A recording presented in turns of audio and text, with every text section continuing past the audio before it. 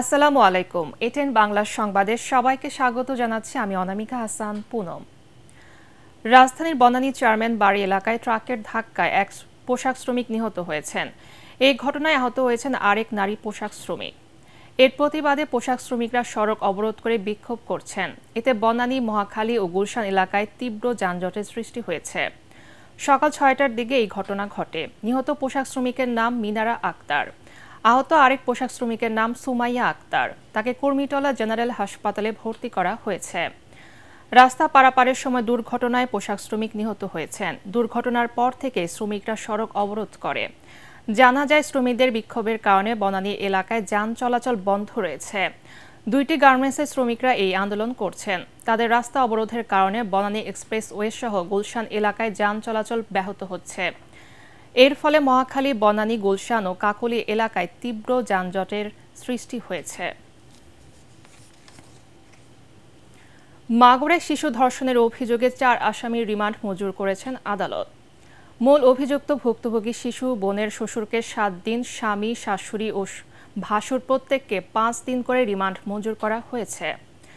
Magura chief judicial magistrate Abdul Matin এই আদেশ দেন। গতকাল গভীর রাতে রিমান্ড আবেদনের শুনানি করা হয়। রোববার দুপুরে মাগুরা চিফ জুডিশিয়াল ম্যাজিস্ট্রেট আদালতের ফটকে বিচার দাবিতে আদালত ফটক অবরুদ্ধ করে বিক্ষোভ করে শিক্ষার্থীরা। এই সময় আসামিদের তাদের হাতে তুলে দেওয়ার দাবি জানান তারা। তাই রিমান্ডের আবেদন সহ অন্যান্য কাগজপত্র তৈরি থাকলেও নিরাপত্তার কথা ভেবে গতকাল দিনে আসামিদের আদালতে হাজির করেনি পুলিশ। পরিস্থিতি বিবেচনায় গভীর রাতে রিমান্ড আবেদনের শুনানি করেছেন আদালত। এদিকে ৫ দিনেও জ্ঞান ফেরেনি মাগুরায় ধর্ষণের শিকার ৮ বছরের শিশুটির। অবস্থা সংকটাপন্ন হওয়ায় ৮ সদস্যের মেডিকেল বোর্ড গঠন করেছে ঢাকার সম্মিলিত সামরিক হাসপাতাল সিএমএইচ কর্তৃপক্ষ। আন্তঃবাহিনী জনসংযোগ পরিদপ্তর আইএসপিআর এর পরিচালক লেফটেন্যান্ট কর্নেল সামি উদ্দৌলা চৌধুরী জানিয়েছেন, শিশুটি সিএমএইচ এর শিশু নিবিড় পরিচর্যা কেন্দ্রে চিকিৎসাধীন রয়েছেন। সাভারে আশুলিয়ায় নয়ারহাট বাজারে ডাকাতের হামলায় দিলীপ সরকার নামে এক স্বর্ণ ব্যবসায়ী নিহত হয়েছেন। রোববার রাতে স্বর্ণপট্টিতে এই ঘটনা ঘটে। ডাকাতদের ধারালো অস্ত্রে এলোপাথারি আঘাতে গুরুতর আহত হন তিনি। মুমূর্ষ অবস্থায় তাকে উদ্ধার করে এনাম মেডিকেল কলেজ হাসপাতালে নেয়ার পর সেখানে তিনি মারা যান। নিহত দিলীপ সরকার ওই স্বর্ণালংকার দোকানের মালিক। প্রত্যক্ষদর্শীদের বরাত দিয়ে পুলিশ জানায়, রাত আনুমানিক 10টার দিকে স্ত্রীকে সাথে নিয়ে দোকান বন্ধ করেছিলেন দিলীপ সরকার। এ সময় পেছন থেকে 4 জন সশস্ত্র ডাকাত এসে ধারালো অস্ত্র দিয়ে দিলীপকে এলোপাথারি কোপাতে থাকে। এক পর্যায়ে তার সাথে থাকা নগদ টাকা ও স্বর্ণ লুট করে নিয়ে যায় ডাকাত দলের সদস্যরা। এ সময় বাজারে আতঙ্ক সৃষ্টির জন্য কয়েকটি ককটেল বিস্ফোরণ ঘটানো হয় বলেও জানান প্রত্যক্ষদর্শীরা। ডাকাতদের আটকের চেষ্টা চলছে বলে জানিয়েছে পুলিশ। দোকান তালা মারতেছিল, বের হয়ে সেই সময় তারা আঘাত করছে, কয়টা এখানে আঘাত করছে, পরে আমরা যা দেখতে পারছি এইখানে আঘাত করছে, পিঠে আঘাত করছে। বর্তমানে আইন শৃঙ্খলার চরম অবনতি হইতেছে, প্রতিনিয়ত চুরি ডাকাত হইতেছে এবং আজকেও নয়ারহাট বাজার স্বর্ণ ব্যবসায় চুরিঘাত করে স্বর্ণালঙ্কা নিয়ে গেছে এবং উনি মেডিকেলে মৃত্যু হয়েছে। তুচ্ছ ঘটনাকে কেন্দ্র করে অপূর্ব নামে এক ছাত্রদল নেতাকে ছুরিকাঘাত করে হত্যার ঘটনা ঘটেছে। গতকাল রাত 10:30টার দিকে নারায়ণগঞ্জ চাষারা বালুর মাঠ এলাকায় এই ঘটনা ঘটে। নিহত অপূর্ব সদর উপজেলার মাসদাইর বেকারি মোড় এলাকার মোহাম্মদ খোকনের ছেলে।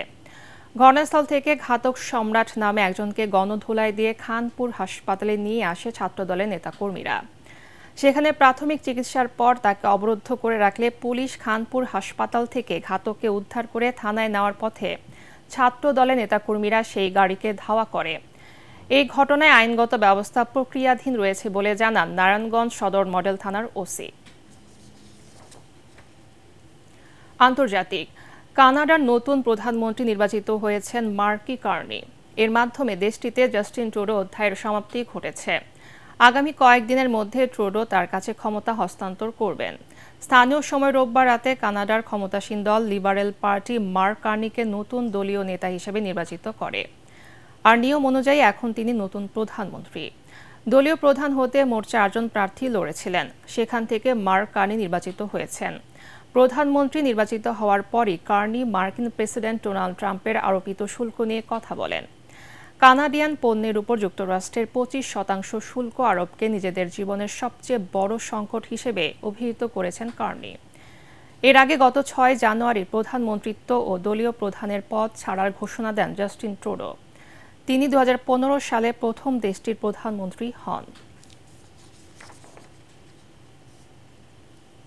খেলার খবর। দুবাই নিউজিল্যান্ডকে 4 উইকেটে হারিয়ে আইসিসি চ্যাম্পিয়ন্স ট্রফি শিরোপা জিতেছে ভারত। আগে ব্যাট করে 7 উইকেটে 251 রান তোলে কিউইরা। জবাবে রোহিত শর্মার হাফ সেঞ্চুরিতে 6 বল হাতে রেখে ম্যাচ জেতে টিম ইন্ডিয়া। এ নিয়ে 3বার এই প্রতিযোগিতার শিরোপা জিতেছে বিরাট কোহলিরা। রিপোর্ট করছেন SM আশরাফ।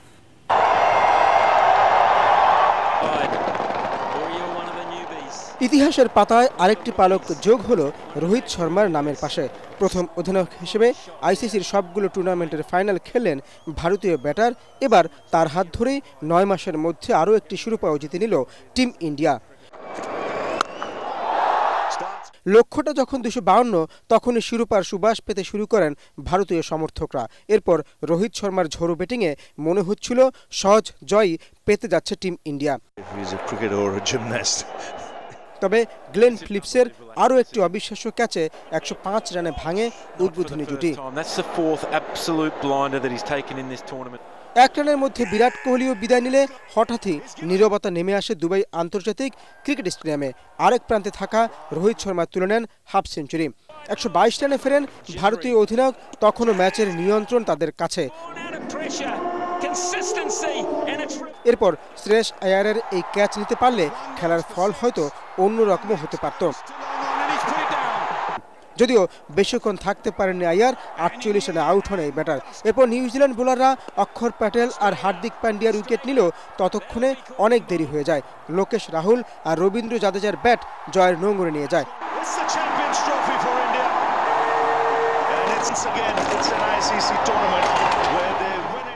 এর আগে নিউজিল্যান্ডের শুরুটা হয় দুর্দান্ত। 7 ওভার 4 বলে 57 রান তুলে নিয়ে বড় সংগ্রহের আভাস দেন উইলিয়ং আর রাচিন রবীন্দ্র।